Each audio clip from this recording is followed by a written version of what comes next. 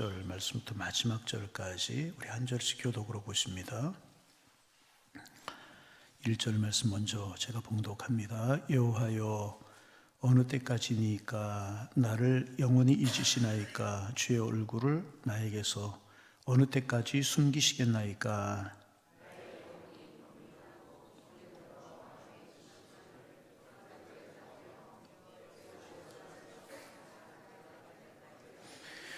여호와여, 여호와 내 하나님이여, 나를 생각하사 응답하시고 나의 눈을 밝히소서. 두렵건대 내가 사망의 잠을 잘까 하오며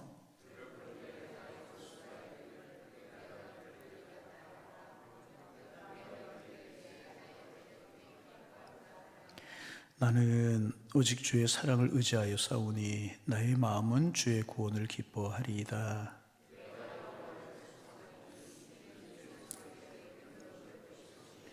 아멘. 아멘. 여러분, 광야 같은 인생을 우리가 살아가기에 고난이 없을 수가 없습니다. 그래서 우리가 인생을 살다가 때때로 고난을 당하게 되는데, 그때 우리를 가장 지치게 하는 것은 고난 그 자체보다도 그 고난이 언제 끝날지 모른다는 막막함일 때가 많이 있습니다. 끝이 보이면 그래도 참고 견디겠는데 도대체 언제쯤 이 고난의 터널이 끝날지 알 수 없을 때 우리는 힘들어하고 지치고 때로는 절망할 때가 있게 되는 것입니다. 오늘 시편 13편의 저자도 다윗이라고 기록되고 있습니다. 지금 다윗이 처한 상황이 그런 가운데 있었던 것 같아요. 고난 중에서 있었습니다. 그래서 1절과 2절을 보면 어느 때까지니까 라고 하는 탄식이 짧은 두 구절 안에 4번씩이나 반복이 됩니다. 나를 영원히 잊으셨나이까? 주의 얼굴을 나에게서 언제까지 숨기시겠나이까? 나의 영혼이 번민하고 종일토록 마음에 근심하기를 어느 때까지 하오며 내 원수가 나를 치며 자랑하기를 어느 때까지 하리이까? 짧은 두 구절 안에 4번씩이나 어느 때까지니까 반복이 되고 있습니다. 사방이 꽉 막힌 상태인 것입니다. 어디를 둘러봐도 소망이 보이지 않아요. 위를 바라보니 침묵하시는 하나님 때문에 영적인 절벽에 마주선 것 같고, 안을 들여다보니 번민과 근심으로 마음이 부서져 내리고, 밖을 내다보니 원수들이 비웃음과 조롱의 소리가 칼날처럼 나의 피부를 찌르고 있고, 영적으로는 고립되었고 심리적으로는 붕괴되었고 환경적으로는 붕괴된 그런 상태였었던 것 같아요. 하지만 여러분, 우리는 여기에서 다윗의 진정한 위대함을 발견할 수가 있게 되는 것입니다. 이렇게 되면 보통 사람은 이럴 때 하나님을 원망하고 기도의 자리를 떠나거나 세상의 방법으로 도망을 치려고 합니다. 그러나 다윗은 타는 듯한 갈증과 뼈를 깎는 듯한 답답함, 그것을 그대로 껴안은 채 기도의 자리로 나아갔습니다. 여기에 여러분 다윗의 위대함이 있는 것입니다. 하나님께 사랑받은 비결이 여기에 있었던 것입니다.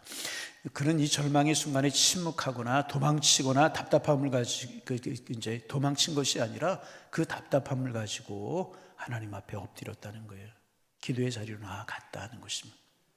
그에게 기도는 살기 위해 붙잡아야 했던 유일한 생명줄이었기 때문에 그는 기도의 자리로 나아갔다는 것입니다. 이게 다윗의 위대함이었다는. 여러분, 이 새벽 우리가 기도하는 자리에 나오셨고 기도로 주님을 붙들면 하나님 반드시 응답하실 줄로 믿습니다. 생명을 주시고 힘을 주실 줄 믿고 또 세상을 살아갈 수 있는 용기를 주실 줄로 믿습니다. 그러면 다윗이 그런 상황 가운데 하나님 앞에 나아가서 어떻게 기도했는가? 다윗은 먼저 자기 안의 서운함과 고통을 하나님 앞에 포장 없이 정직하게 쏟아놓기 시작합니다. 하나님, 나를 영원히 잊으셨습니까? 언제까지 얼굴을 숨기시겠습니까? 어떻게 보면 하나님의 사람 맞나? 무례해 보일 정도입니다. 나를 잊으셨습니까? 언제까지 숨어 계실 것입니까? 따지는 듯한 그런 언어들이 쏟아져 나옵니다. 어떻게 하나님의 마음에 합한 자라고 칭함을 받았던 다윗이 이토록 무례해 보일 정도로 이렇게 할 수 있는 것일까? 하지만 여러분, 이것이 바로 진실한 기도의 시작인 것입니다. 우리는 흔히 기도는 거룩하고 정제된 언어로만 드려야 된다고 생각을 합니다. 하지만 진짜 위기는 우리로 하여금 형식을 차릴 여유조차 앗아가게 되는 것입니다. 다윗은 체면 차리지 않았어요.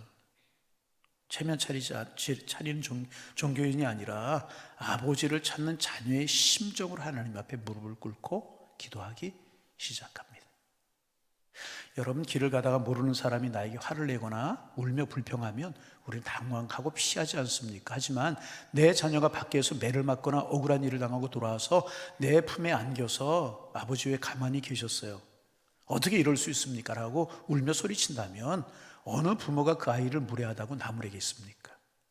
그 울음 섞인 항의 속에는 오직 내 부모니 이 눈물을 닦아줄 수 있고 이 억울함을 해결해 줄 수 있다는 절대적인 신뢰가 담겨져 있는 것입니다. 그래서 다윗의 이 항의 같은 어느 때까지니까 하나님 왜 숨으십니까? 라는 처절한 탄식은요, 불평이 아니었었어요. 이것은요, 하나님만이 내 인생의 유일한 해결자이십니다 라고 외치는 가장 강력한 신앙의 고백이었던 것입니다. 지금 다윗은 하나님 앞에 매달리고 또 매달리고 있는 것입니다. 그리고 다윗이 이렇게 하나님 앞에 속마음을 털어놓고 나니 다윗에게 한 가지 깨달음이 찾아왔습니다. 지금 상황이 나쁜 것도 문제지만 지금까지 심각한 문제는 내가 내 감정에 매몰되어서 내가 지금 하나님을 제대로 못 보고 있다는 사실이었습니다. 그래서 다윗은 이제 내 안의 감정을 토로하는 단계를 넘어서 하나님께 영적인 눈을 열어달라는 구체적인 기도로, 구체적인 간구로 나아가고 있는 것이. 이 3절을 보세요. 여호와 하나님이여, 여호와 내 하나님이여, 나를 생각하사 응답하시고 나의 눈을 밝혀 주옵소서. 여호와 하나님이여, 나를 생각하사 응답하시고 나의 눈을 밝혀 주옵소서. 다윗의 기도가 바뀐 거예요. 사월함을 없애 주옵소서. 어려운 상황을 해결해 주옵소서. 상황을 반전시켜 주옵소서 하기 전에 나의 눈을 밝혀 주옵소서. 그렇게 기도하기 시작합니다. 다윗의 기도가 완전히 달라졌어요. 여러분, 그렇습니다. 우리가 고난 중에, 위기 중에, 고통 중에 있을 때 가장 무서운 것은요, 영적인 어둠인 것입니다. 영적인 어둠이 무엇인 것입니다. 무서운 것입니다. 여러분, 그런 경험이 종종 있으실 거예요. 우리 가을철에 세일의 새벽기도회 할 때 가끔 그런 때가 있는데 안개가 자욱하게 낄 때가 있어요. 운전하다 보면 안개가 자욱하게 낄 때가 있어요. 그런 길을 운전해 보신 적이 있으실 것입니다. 앞이 보이지 않으면 두려움이 찾아오고 속도를 줄이게 됩니다. 그런데 그때 필요한 것이 무엇입니까? 안개를 당장 걷어내는 마법이 우리에게 필요한 것이 아니라 안개를 뚫고 길을 비추는 강력한 헤드라이트, 불빛이 필요한 것입니다. 고난은 우리 영혼에 안개를 뿌려요. 그러면 하나님이 안 계신 것 같고 이 원수는 거인처럼 보여요. 힘들고 어려운 상황처럼 보여요. 이때 다윗은 기도했다는 것입니다. 주님, 내 영혼의 불을 밝혀 주옵소서. 다시 한번, 주님, 내 영혼의 불을 밝혀 주옵소서. 이 상황 너머에 계신 주님을, 하나님을 보게 하시고 하나님을 붙들게 하여 주옵소서. 놀라운 사실은 다윗이 이렇게 영적인 시력을 회복했을 때 그 시선이 원수에게서, 고통과 고난 중에 있는 나의 환경에서 하나님께로 옮겨가기 시작을 했다는 것입니다. 하나님께 그의 시선이 고정되자, 하나님을 바라보게 되자 그의 입술에서는요, 기적 같은 찬양이 터져나오게 되는 것입니다. 5절과 6절을 보면 분위기가 180도로 바뀌어요. 나는 오직 주의 사랑을 의지하여 싸우니 내가 여호와를 찬송하리이다. 나는 오직 주의 사랑을 의지하여 싸우니 내가 여호와를 찬송하리이다. 여호와를 찬송하겠다는, 상황이 바뀐 게 아니에요. 달라진 게 아니에요. 고쳐진 게 아니에요. 그런데 이런 상황 속에서 나는 온전히 주님만을 의지하겠다 그랬더니 다윗의 입술에 찬양이 흘러나오게 되었다는 거예요. 상황이 바뀌었습니까? 고통과 고난이 물러갔나요? 사울 왕의 추격이 끝났나요? 아닌 것입니다. 상황은 그대로였지만 다윗의 마음에 평안이 찾아오기 시작을 했다는 것입니다. 그래서 다윗은 기도의 자리에서 하나님의 인자하심을 다시 발견하게 된 것입니다. 마치 사람이 많은 시장통에서 아버지의 손을 놓쳐서 울던 아기가 저만큼에서 달려오는 아버지를 발견하는 순간 울음을 그치고 웃는 것과 같은 것입니다. 그런데 아버지는 단 한 번도 아이를 잊은 적이 없어요. 단지 아이가 아버지를 보지 못했을 뿐인 것입니다. 다윗은 깨달았어요. 내가 하나님을 보지 못하는 순간에도, 내가 하나님을 느끼지 못하는 순간에도 하나님은 한 번도 나를 잊으신 적이 없구나. 주님의 인자하심 변함이 없구나. 이 확신이 생기자 탄식의 노래로 바뀌고요, 절망은 구원의 기쁨으로 승화되게 되었던 것입니다. 할렐루야. 여러분, 우리도 인생을 살다 보면 그럴 때 있어요. 다윗과 똑같은 마음을 가질 때가 있어요. 어느 때까지입니까? 왜 하나님 응답하시지 않는 것입니까? 왜 하나님 가만히 계십니까?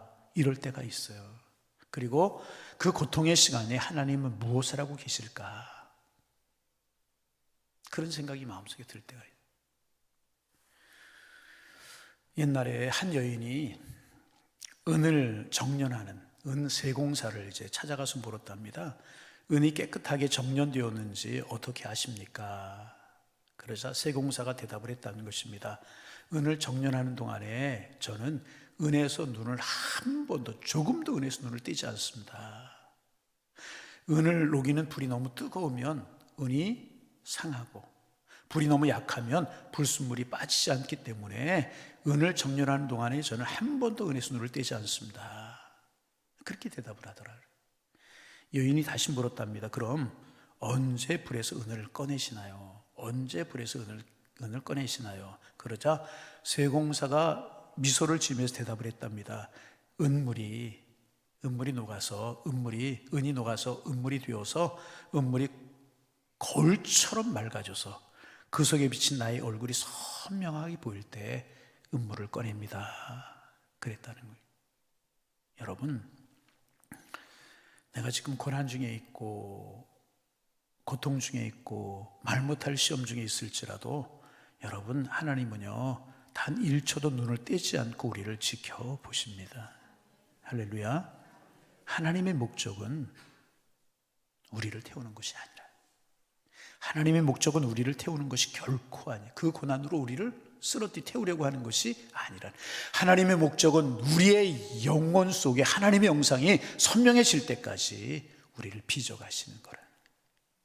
우리 속에 있는 하나님의 영상이 선명해질 때까지, 믿음의 사람으로 설 때까지 우리를 빚어가시는 과정이라는 것입니다. 그리고 우리의 속에서 하나님의 형상이 나타나기 시작할 때 주님은 비로소 그 불길을 멈추고 우리를 잠금같이 나오게 하실 줄로 믿습니다. 그러므로 오늘 우리 새벽, 이 새벽, 아니 하나님 앞에 나올 때마다 어느 때까지입니까? 어느 때까지 기다려야 합니까? 그 질문을 가슴속에만 묻어두지 말고 하나님 앞에 정직하게 쏟아놓는 거예요. 다윗처럼 쏟아놓는 거예요. 그리고 구하는 거예요. 주님, 환경보다 먼저 나의 눈을 밝히 열어 주옵소서. 그러면 우리 마음속에 그렇구나, 주님이 나를 주님의 사람으로 은세공사가 은물이 맑아져서 얼굴이 그 은물에 비출 때까지 세련하는 것처럼 내가 주님의 사람으로 빚어지고 만들어지고 가시는군요 라고 하는 확신이 마음속에 생기게 될 것입니다. 여러분 주님은요 한 번도 우리를 잊으신 적이 없으십니다. 우리가 어떤 상황에 있을지라도 주님은 우리를 잊으시는 적이 없는 것입니다. 그래서 오늘도 우리가 기도할 때 탄식이 있을지라도 주님의 인자하심을 신뢰함으로 찬송하면서 이 성전을 나가고 하루를 시작하는 복된 우리 모두가 되기를 소망합니다. 주님 오늘도 우리와 함께 하셔요. 이 시간도 우리 함께 하셔요. 이 시간 기도할 때 우리의 기도를 들으십니다. 그리고 가장 선한 길을 예비하실 줄로 믿습니다. 다윗의 고백이 우리의 고백이 되고 다윗의 변화가 우리의 변화가 되어서 정말 주님과 함께, 다윗이 결국 어떻게 되었나요? 그래서 망했나요? 그래서 넘어졌나요? 왕이 되지 못하고 그냥 죽고 말았습니까? 그렇지 않았잖아요. 다윗을 통해서 하나님의 뜻을 이루시고 다윗은 성군이 되었잖아요. 오늘 아침 이 기도가 우리에게 있고 이 깨달음이 있고 이 확신이 우리에게 있어서 오늘도 하나님을 찬송하며 다윗처럼 찬송하며 살아갈 수 있는 내가 여호와를 찬송하나이다, 이 고백이 우리의 고백이 되실 수 있기를 주님의 이름으로 축원합니다. 축원합니다. 하나님 아버지, 새날 주셔서 감사합니다. 그런데 하나님, 우리가 눈을 뜨면 염려거리, 걱정거리가 산적해 있는 세상이 우리를 기다리고 있습니다.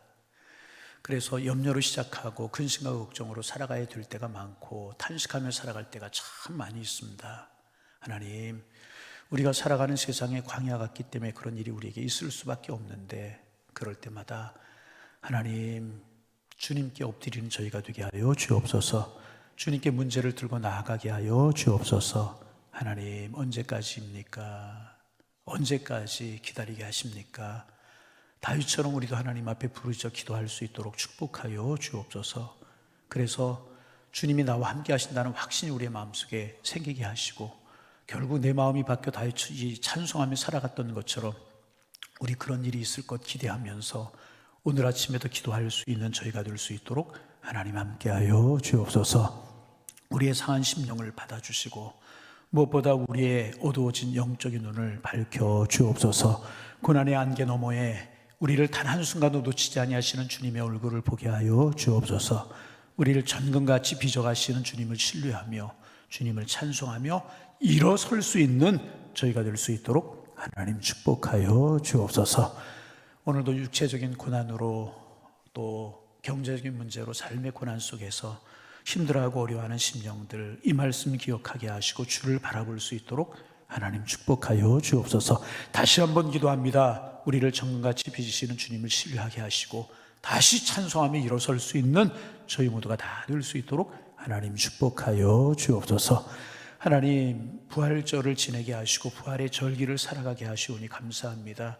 부활의 주님 우리의 마음속에 새겨지게 하시고 고난 같은 현실도 부활의 주님과 함께하면 하나님 부활의 주님과 함께 이길 것이라고 하는 믿음을 가지고 하나님 살아갈 수 있는 저희가 되게 도와주셔서 부활 신앙이 우리를 새롭게 만드는 하나님을 경험할 수 있도록 하나님 축복하여 주옵소서. 오늘도 사업장에 있든지 가정에 있든지 일터에 있든지 어느 곳에 있든지 주님 동행하는 한 날이 되게 도와주셔서 입술에 찬송이 그치지 않게 하시고 마음에 평안이 넘쳐나는 한 날이 될 수 있도록 하나님 축복하여 주옵소서. 예수님의 이름으로 기도하옵나이다. 아멘.